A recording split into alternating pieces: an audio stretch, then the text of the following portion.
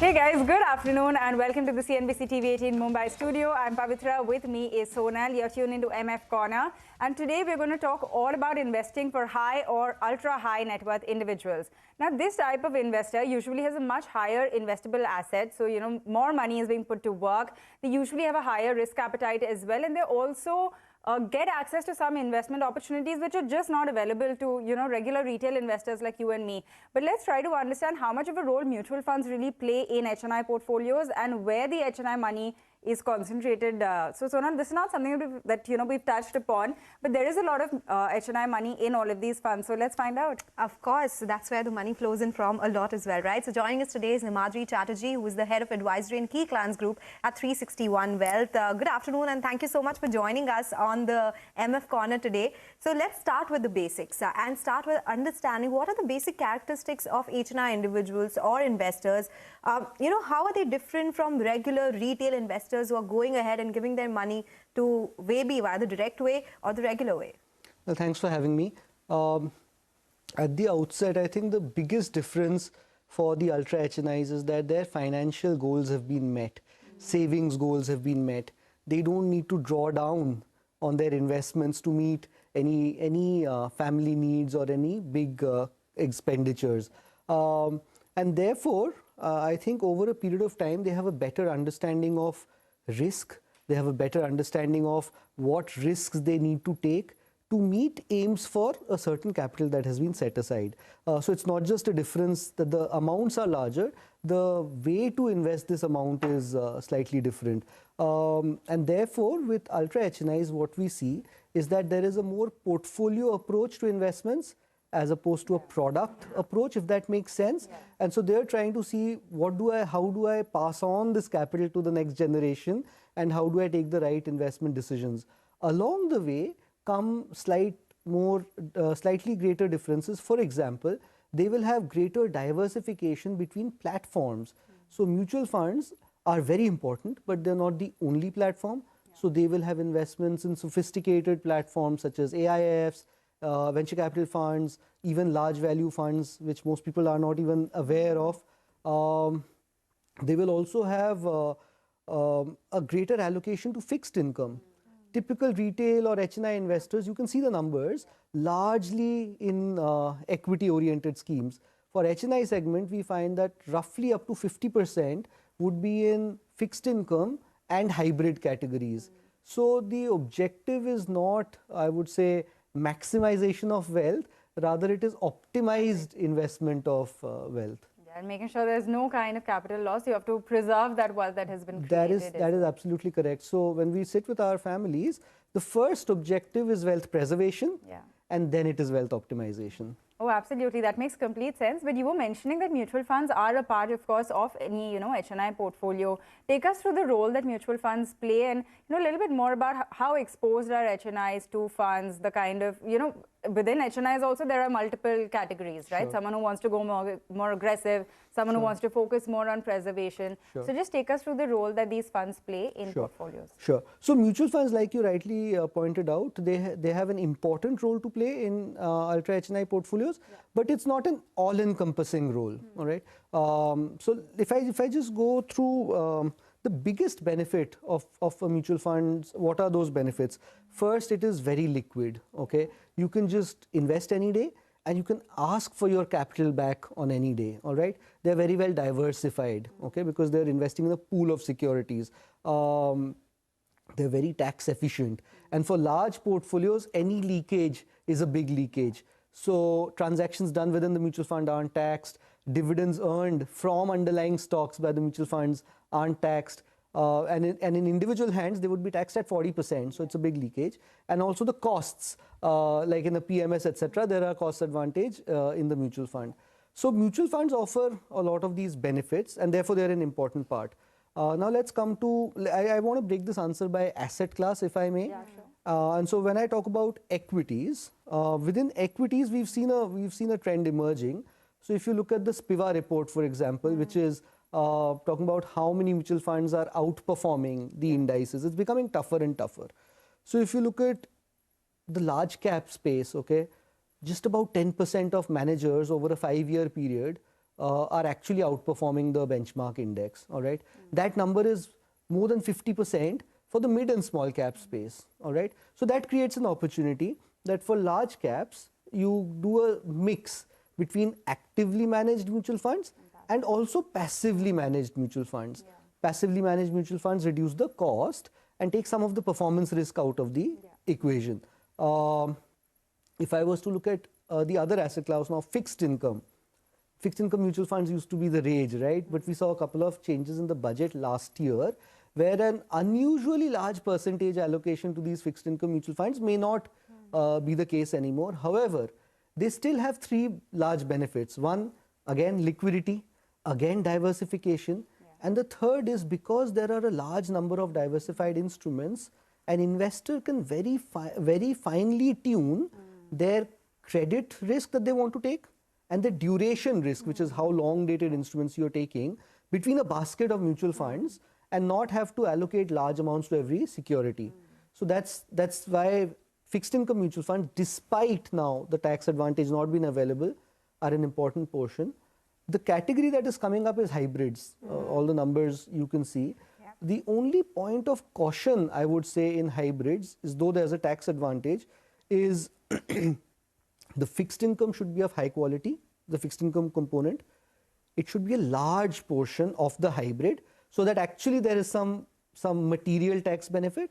And the equity component should be managed by somebody who has a good track record over long periods of time. You don't want to get into hybrids just for the tax advantage and not get the performance in the first place. Okay, all right, makes sense. So if we've spoken about so many aspects when it comes to HNI investing, right? How much is mutual fund a part of that entire portfolio, if you can give us in terms of a percentage? So with your permission, I'll speak to our experience and the type of clients that we work with. So if I look at the types of portfolios we run for clients, they start from ultra conservative, going to conservative, then balanced, then I would say maybe moderately aggressive to aggressive. And the percentage allocated to mutual funds differs across these five. So if I was to talk about, let's say, an ultra conservative to a conservative investor, where the ask is keeping it extremely simple, just making maybe 200 bips above inflation in terms of returns, the percentage allocated to mutual funds is high across equity, fixed income, and there's almost no alternatives in the ultra conservative space. So let's say maybe 60 to 65%, let's say 2/3 of the portfolio across equity and fixed income will be allocated to mutual fund space for all the benefits I told you earlier, like liquid, easily understandable, low cost. When I come to, let's say, a moderately aggressive investor, I would say that number would fall to maybe 45% or so. Okay. The reason is a moderately aggressive investor is also allocating to other asset classes and other sub-asset classes. For example, unlisted equity, unlisted debt, REITs. So those are not always available on the mutual fund platform. So I would say between 45 to 60% or maybe 65%. Okay. It's quite a significant portion. We also want to ask you, you know, a lot of mutual funds, at least in the past few years, I'm talking about the mid, the small caps, have been able to generate pretty remarkable kind of returns. You know, of course, it's a factor of the market also being so solid. And sometimes these returns are on par with what PMSs are doing. You know, if you look at a quant or something, it's pretty crazy. How do you compare this? How do you look at, you know, how much money should go into a PMS, how much should go into an MF? Because like you were mentioning, PMSs are more expensive as well. Or is it that for certain kinds, maybe large cap MFs are better and, you know, for small caps? Is there any such thing? It's a great question. I mean, right off the bat, I'll say there's no reason to assume that a PMS must outperform a mutual fund, all right? So therefore, the platform doesn't make something more superior, but let's understand a little more. Mutual funds have a phenomenal tax efficiency as a platform, all right? I mentioned them briefly, but I'll try and give a little more flavor to them. When a manager buys a portfolio of stocks and buys and sells, all right, there's some gain that the manager, when he buys a stock and sells, there's some gain. In a mutual fund platform, that gain is not taxed till the investor actually redeems his or her units, all right? So that gain is fully available to be compounded. That's one benefit. The second benefit is those underlying stocks, okay, are paying dividends. Those dividends are not taxed. All right. If I was receiving the dividends in individual hands, for an HNI, that would be taxed at close to 40% rate, ordinary income tax rate. Some of these benefits, by our estimation, roughly account for 1.4 to 1.6 percentage points per annum by way of saving. So any PMS has to first outperform by 1.4 to 1.6%. Everything has to be over and above that. Yes, then. so it has to do this just to come at par, and then portfolio selection. So therefore, mutual funds have a benefit. Now to the second part of your question, it's a very astute question, because again we see that there's a difference between large cap, multi-cap, and let's say mid and small cap. In large caps, the experience has been that most fund managers are not outperforming.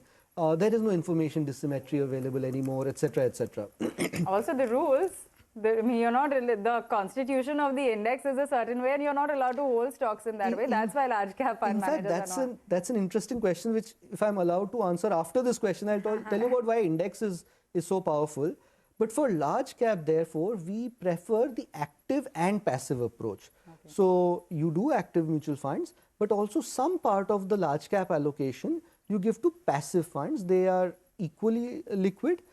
And they drastically reduce the cost of ownership. And obviously for large portfolios, the costs are also large. For multi-cap, I think the mix between mutual funds and PMSs is where we find a sweet spot.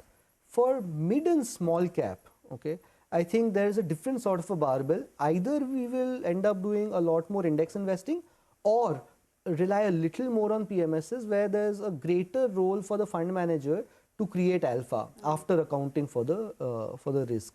And just because you got me started off on the index is actually a very efficient investment, because it's a moving goalpost. Every 6 months, yes, you're absolutely right. So therefore, in a way, the best companies are constantly coming in, and some of the others are going out. So it's a moving goalpost. It's not so easy to continuously beat the index. Okay, we take that point, and good we mentioned that and discuss that in greater detail. But we have to slip into a short break. When we come back, we'll continue our discussion on HNI investing and a lot more, but you stay tuned for that.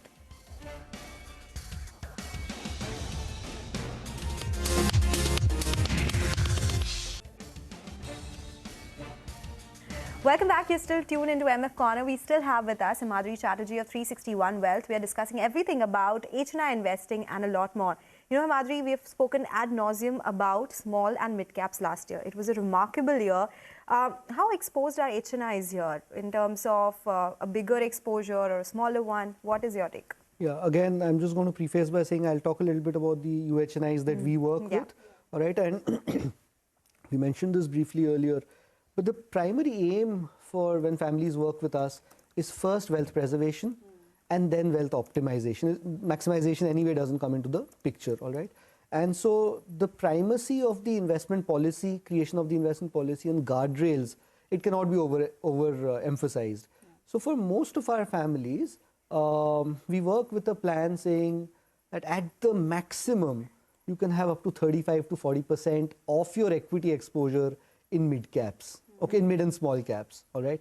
On an average, because most of our clients are in the balanced to moderately aggressive segment, I would say about 25 to 30% of their equity exposure would be in the mid and small cap space. And then there's another vantage point we can see this from when we run our asset allocation committee, for example, and we give guidance on broad asset and sub-asset class levels. Our target for mid and small cap, the median point is 27.5, which is 25 here and 30 here. So on an average, I would say about 25 to 30% of client allocations would be in the mid cap space. The other thing to note is we also run from time to time tactical models, which means that as markets may race ahead of themselves frequently, we are able to draw back a little bit and say that, hey, listen, there's just racing ahead of where fundamentals or earnings show where they are. So on the mid and small cap space, we may have taken some cooling off of the allocations, and while the values have grown, if we've just cooled off in terms of fresh allocations, there's a natural, I would say, reorientation towards the large caps away from mid and small caps. So while values may have grown, the allocation has stayed roughly in that 25 to 27% range. Got it. Understood. You know, since we are talking about the markets doing so well, the fact that they've run ahead of themselves also, what is your outlook on the market, and are you at a stage where you are advising HNIs to take money off the table now to book profits, and maybe things are looking like they have run up enough? Okay, good question. No, the simple answer is no, all right, for various reasons, but let me try and give a little more flavor. On the large cap space, okay, we think markets are fairly valued because the earnings in the large cap space seem to have kept pace with the markets, all right. So at 1 year forward, 3.2-ish number, I don't think we are way ahead of what long-term trends show. So 3.2 is roughly the average on the long term. We are at 3.2, 3.3. So we are not way ahead of where we should be. So on large caps, our call actually is fairly valued. So we are where we need to be. On the mid and small cap space, at about 4.2 is slightly ahead of where we feel comfortable. So what we've done as part of our asset allocation committee and our call, 2 quarters ago, we started working on the levers a little bit. So 2 quarters ago, we said that we will slowly stagger any fresh allocations to mid cap. So our typical stagger for allocations is 3 to 6 months. We made it 6 to 12 months. And 1 quarter ago, we said an extremely long stagger for mid cap and no more fresh allocations to small cap. Okay. So just because markets are ahead of themselves doesn't mean that we need to take binary decisions of nothing or everything. But there's a lot of other levers one can pull. So for now, we are a long stagger on mid caps and no fresh allocations to small caps. Okay. We're still away from where we feel that we have to say book profits. Too much, yeah. If there are clients, however, where their small cap allocation is significantly higher than what their plan suggests it should be, their profit booking may be on play. Okay, so if you can quickly tell us what are the markets outside India that are looking good? Would you like China because of ultra cheap valuations? Well, that's okay. That's an interesting question. In general, okay. Again, if we see it in the context of what can investors invest in, all right. First is typically the LRS limits, the liberalized remittance scheme limits. They're just so small. They're not material. So while clients make that allocation on a percentage term, it's not a needle mover at all. All right. The second is the feeder fund route on mutual funds that was available. That was always taxed as debt mutual funds, and last year's budget means they get taxed in an unfriendly manner at the maximum marginal rate, which means that incrementally as a part of your portfolio, using that route is not very efficient. You have to really outperform by many percentage points in order to beat the tax inefficiency.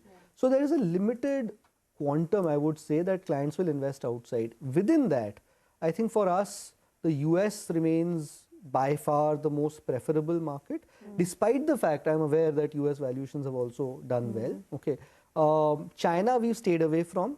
Okay, somewhere I think at the margin it's okay to invest a little bit in China, but for example, last year we have invested in Japan and had very good results. So just driven by valuation, I would say, is not necessarily the only metric, because it's a narrow sleeve. I would say US becomes the largest, and tactically we may look at, we've done very well with Japan, we may look at China, but I would suggest tactically and not necessarily strategically. But is this kind of international exposure something that you would recommend to a lot of UHNI clients, or just a few? For sure, not only would we recommend, but there is also a big demand for it. I think COVID opened eyes for people that, hey, listen, we are stuck here, and all our capital is also stuck here. So there's a big demand actually for not only investing outside, but also relocating capital outside. Some of which you're seeing in non-MF directions, such as GIFT City, new ODI and OPI regulations and stuff like that. But yes, it's definitely a very big demand. Okay, all right. It was such an interesting chat. So we opened up a new segment altogether on MF Corner today. So thank you so much for joining us today. That's all about HNI investing and via mutual funds as well. But with that, we've run out of time on this show today. Stay tuned for Closing Bell to take you through the last hour of trade.